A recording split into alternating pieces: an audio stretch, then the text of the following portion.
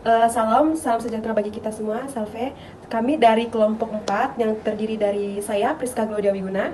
Saya Aprianova Dalia. Saya Rustina Eda. Saya Francisca Silastri Irnatasio Simenes.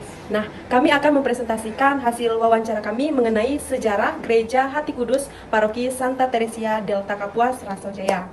Nah, pertama-tama kami akan menjelaskan latar belakang dari Paroki Santa Teresia Delta Kapuas. Nah, Paroki Santa Teresia Delta Kapuas merupakan salah satu paroki dari Gereja Katolik Roma yang berada di bawah naungan Keuskupan Agung Pontianak. Nah, paroki ini berpusat di Kecamatan Rasau Jaya, Kabupaten Kuburaya, Provinsi Kalimantan Barat.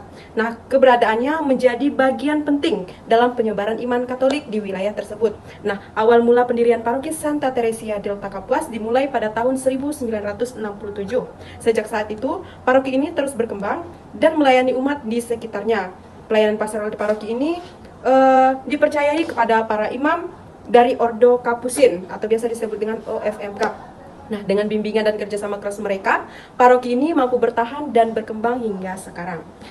Nah, secara historis, pusat paroki ini telah mengalami beberapa kali perpindahan lokasi sejak resmi berdiri sebagai paroki mandiri pada tahun 1970. Nah, awalnya pusat paroki menumpang di paroki Katedral Santo Yosef Pontianak. Kemudian, pusat administrasi paroki dipindahkan ke paroki Gembala Baik di Pontianak. Nah, lalu ke paroki Santo Agustinus Sungai Raya.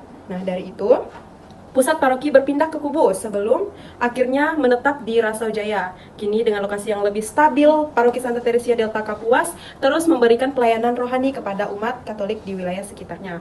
Nah, gereja dan sekretariat paroki saat ini telah berdiri dengan kokoh, memberikan tempat bagi umat untuk beribadah dan menjalankan kegiatan keagamaan. Nah, gereja ini resmi menjadi gereja paroki di Rasau. Gereja ini secara resmi diberikan pada 16 Oktober 2008 oleh Vikjan Keuskupan Agung Pontianak, Pastor William Chang OFMK. Nah, peristiwa ini menjadi tonggak penting dalam sejarah paroki, menandai dedikasi dan upaya umat dalam membangun tempat ibadah yang layak dan permanen. Nah, gereja ini pula mencakup banyak stasi-stasi yang berdominisi di paroki ini. Oke, kita lanjut ke sejarah dan perpindahan pusat paroki. Nah, gereja pertama di wilayah ini dibangun di lokasi yang sangat strategis. Nah, memungkinkan umat untuk lebih mudah mengakses tempat ibadah dan menjalankan kegiatan keagamaan. Nah, untuk pemilihan lokasi gereja pertama dilakukan dengan mempertimbangkan berbagai faktor, termasuk kedekatan dengan pemukiman umat, kemudian kemudahan transportasi, kemudian serta akses terhadap sarana dan prasarana yang mendukung kehidupan menggereja. Kemudian, seiring berjalannya waktu, jumlah umat semakin bertambah dan kebutuhan pastoral pun semakin berkembang. Nah, dalam proses perkembangannya, pusat paroki mengalami beberapa kali perpindahan untuk menyesuaikan diri dengan perubahan demografi serta memastikan pelayanan pastoral yang lebih efektif. Nah, salah satu momen penting dalam sejarah paroki ini terjadi pada tahun 1970. Nah, ketika paroki ini resmi ditetapkan sebagai paroki mandiri. Status ini menandai awal dari pengelolaan paroki secara lebih independen dalam melayani umat serta mengembangkan kehidupan iman komunitasnya. Nah, dengan status ini, paroki memiliki kewenangan lebih besar dalam menyusun program pastoral, mengelola keuangan, kemudian serta mengembangkan sarana dan prasarana yang diperlukan untuk mendukung kehidupan rohani umat. Kita lanjut. Perkembangan signifikan lainnya terjadi pada tahun 2009 di bawah kepemimpinan Pastor Ignatius Warsito OFM Kapusin. Pada masa itu terjadi perubahan besar dan struktur umat akibat perpindahan sejumlah besar umat dari Kubu ke wilayah Rasau Jaya. Faktor utama yang mendorong perpindahan ini adalah aksesibilitas yang lebih baik. Wilayah Rasau Jaya lebih mudah dijangkau dibandingkan Kubu, terutama bagi umat yang memiliki keterkaitan dengan Pontianak sebagai pusat kegiatan ekonomi dan sosial. Perpindahan umat ini membawa dampak besar terhadap struktur pelayanan pastoral di paroki. Dengan meningkatnya jumlah umat di Rasau Jaya, pusat paroki pun mengalami perubahan untuk menyesuaikan dengan kondisi yang ada. Pastoral paroki perlu menyesuaikan program dan strategi pelayanan agar tetap bisa memenuhi kebutuhan umat yang berkembang. Secara keseluruhan, perpindahan pusat paroki pada tahun 2009 menjadi salah satu tonggak penting dalam sejarah paroki Santa Teresia Delta Kapuas Rasau Jaya. Peristiwa ini mencerminkan bagaimana gereja harus terus beradaptasi dengan perubahan kondisi umat dan lingkungan sekitarnya. Dengan dukungan umat dan bimbingan para pastor, Paroki ini terus berkembang menjadi komunitas iman yang semakin kuat, inklusif, dan siap menjawab tantangan zaman. Batas wilayah dan hubungan dengan paroki lain.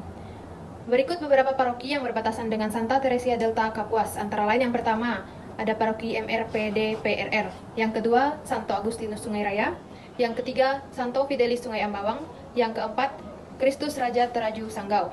Keberadaan batas ini tidak hanya bersifat administratif, tetapi juga mempengaruhi pola pelayanan pastoral serta dinamika umat di setiap paroki. Dengan adanya perubahan batas wilayah, terjadi pembagian umat yang lebih terstruktur, menyesuaikan dengan pertumbuhan komunitas, serta kebutuhan pastoral di masing-masing wilayah. Kita lanjut. Kemudian ada medan pelayanan pastoral. Nah, pelayanan pastoral di Paroki Santa Teresia Delta Kapuas, Raso Jaya menghadapi tantangan unik, terutama karena kondisi geografisnya yang mencakup medan, darat, dan perairan. Nah, sekitar 90% stasi dalam paroki ini terletak di daerah seberang lepas. Nah, sehingga mobilitas pastoral dan petugas pastor menjadi tantangan tersendiri dalam melayani umat di wilayah tersebut. Nah, pastor dan tim pastoral harus menggunakan berbagai sarana transportasi, baik kendaraan darat maupun perahu, tergantung pada lokasi stasi yang dikunjungi.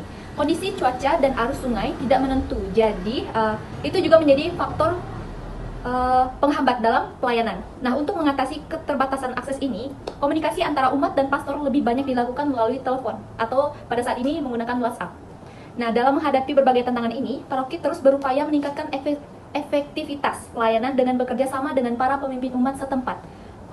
Koordinasi yang baik antara pastor, dewan pastoral paroki, serta ketua-ketua stasi sangat penting untuk memastikan bahwa seluruh umat dapat terlayani dengan baik.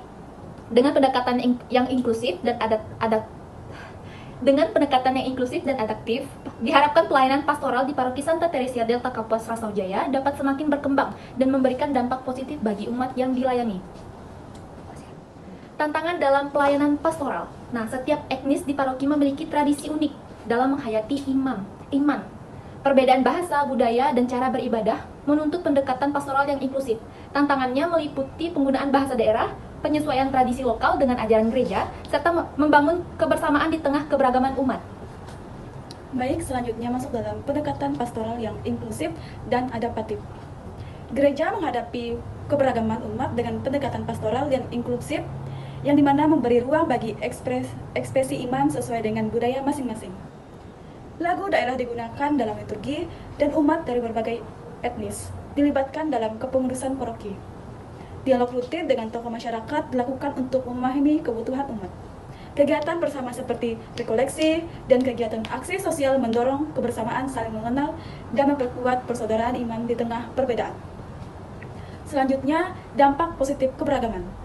Keberagaman etnis di Paroki Santa Teresia menjadi kekuatan dalam memperkaya iman dan kehidupan menggereja. Umat saling belajar, berbagi semangat pelayanan, dan memperkaya liturgi dengan budaya masing-masing. Dengan pendekatan pastoral yang inklusif, gereja menjadi tempat persatuan dalam iman.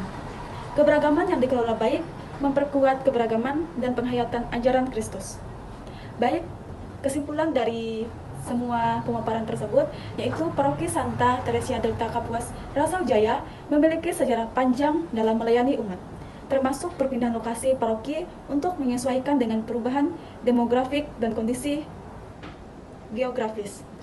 Tantangan medan darat dan perairan serta keberagaman etis menuntut pendekatan pastoral yang adaptif dan inklusif.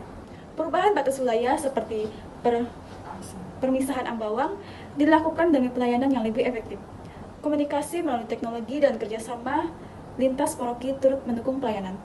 Dengan dukungan umat dan berbagai organisasi gerejani, paroki terus tumbuh sebagai komunitas iman yang kuat dan siap menjawab tantangan zaman.